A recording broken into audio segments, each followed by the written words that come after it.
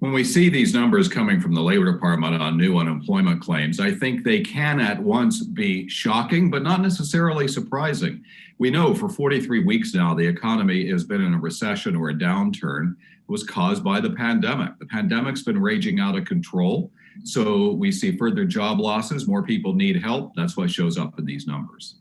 Now that it's been resolved that Democrats won the two Georgia U.S. Senate races, that gives the incoming Biden administration a clear path toward getting its legislative priorities passed. It's not going to be easy, but I think there's probably a shared recognition by members of both the Republican and Democratic parties that the economy is still hobbled by this pandemic.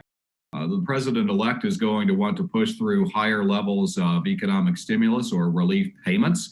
We're hearing that those payments will be in total around $2,000. And there is going to be some inefficiency here in the sense of money going to people who don't necessarily need it. But there is no doubt there is a large number of individuals out there who do need help. Our economist survey indicates that the economy will heal here in the second half of the year, and probably as soon as we get more vaccines administered, begin this rolling reopening of the economy.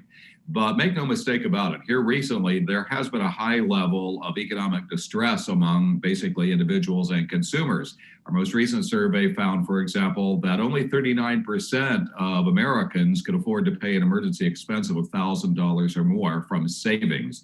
So with 50% of households having suffered a decline in income over the past year, putting this pandemic behind us, pushing the unemployment rate lower, we'll be in a better place by the end of the year. Economists broadly think that we'll see perhaps an unemployment rate of 6% or lower